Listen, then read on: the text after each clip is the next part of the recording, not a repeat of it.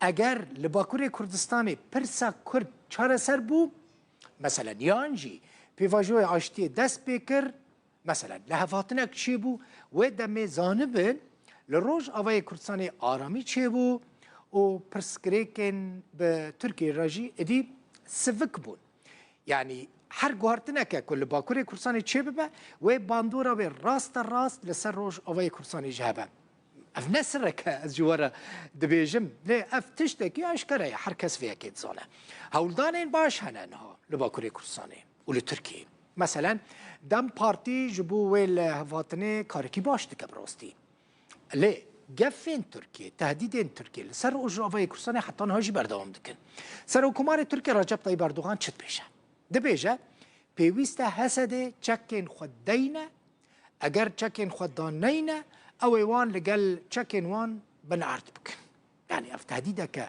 جديه ليه هسه ديجي دبيجا او جا اشتي رامدنا او ناخوازن شر تركي بك هفسروك دم بارتي دبيجا تركي نهال جحر دمي زيدتر زمينا چاره سركرنا پرسا كرد هيا لتركي دبيجا ليه جبو سركفتنا في قناغي في ايرشين لسروج اوي كرساني بين الروستاندن ونابا لتركي اشتي هبا لآلیه کی لآلی دنجی ایرش بچن سر باکر روشلاتی سوری.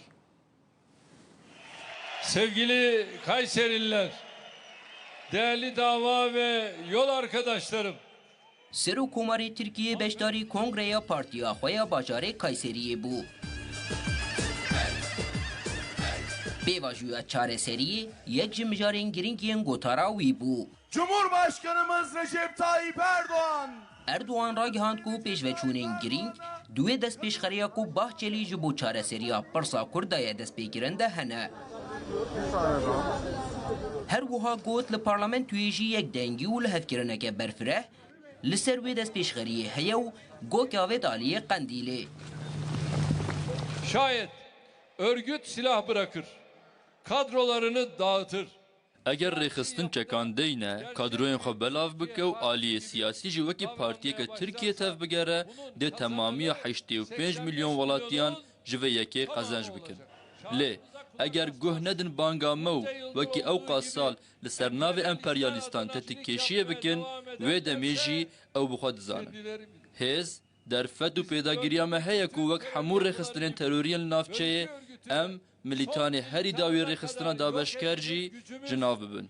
İmkanımız, kararlılığımız mevcuttur. Hevserokê Dem Partiyê jî di civîna bigel reya rêxistina Edeneya Partiya xwe de li ser pêvajoyê axivî. Gelê me hêja, gelê fedekar, gelê emektar. Bakirhan dibêje li Tirkiye niha ji her wextî zêdetir zemînê çareseriya Pirsa Kurd heye û ew ji pêvajoyê gelek bihêvîne. Kürtler hiç kabul etmez.